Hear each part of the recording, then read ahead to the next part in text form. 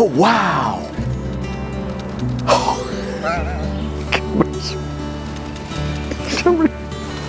You look beautiful. Oh, I love you. Love you so much. Is it? Yay! I got a tie. Open it. Oh, okay.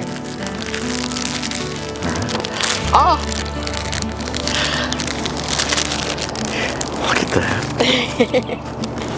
I love that. Thank you. Oh. Scanning here for you. In Genesis chapter 1, we see the story of God creating all the heavens and all the earth. And then in Genesis chapter 2, we zoom in on a particular part of God's creation, that of humanity. And in that story, we see the story of the first wedding. In Genesis chapter 2, we read, "So the Lord caused a deep sleep to fall upon the man, and he slept. Then he took one of the ribs and closed up the flesh at that place. And the Lord God fashioned into a woman the rib which he had taken from the man, and brought her to the man.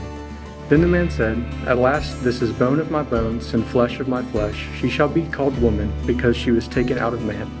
For this reason a man shall leave his father and mother, and be joined to his wife, and they shall become one flesh."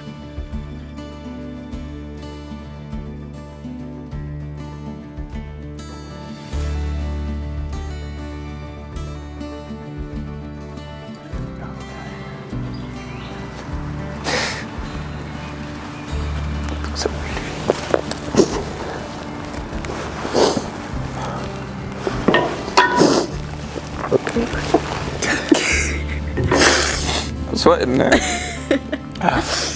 You look very pretty. You look very handsome. And that was very sweet. You happy now? I love you. I love you. In Matthew You look very 19:5, "Therefore, what God has joined together, no person is to separate."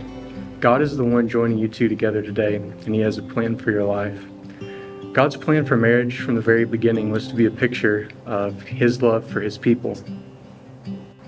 Paul writes in Ephesians 5:25, "Husbands, love your wives, just as Christ also loved the church and gave himself up for her."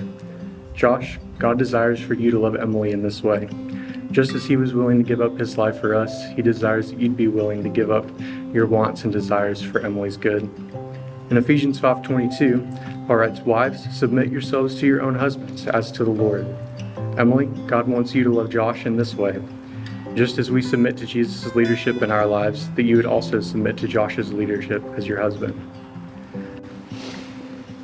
Okay, Josh, before God, in the presence of these witnesses, do you take Emily to be your wedded wife?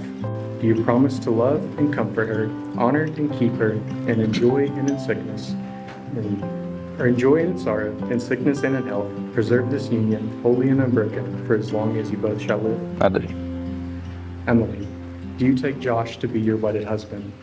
Do you promise to love and comfort him, honor and keep him, and enjoy and in sorrow, in sickness and in health, preserve this union holy and unbroken for as long as you both shall live? I do. These rings are to serve as a token of your marriage and a reminder of the vows that you have made to each other today. Josh, will you place this ring on Emily's left hand and repeat after me? With this ring, I thee wed. With this ring, I thee wed. In sickness and in health. In sickness and in health. In poverty or in wealth. In poverty or in wealth. Till death do us part. Till death do us part. Now, Emily, would you take this ring and place it on Josh's left hand? Repeat after me. With this ring, I thee wed. With this ring, I thee wed. In sickness and in health. In sickness and in health. In poverty or in wealth. In poverty or in wealth. To death do us part. To death do us part.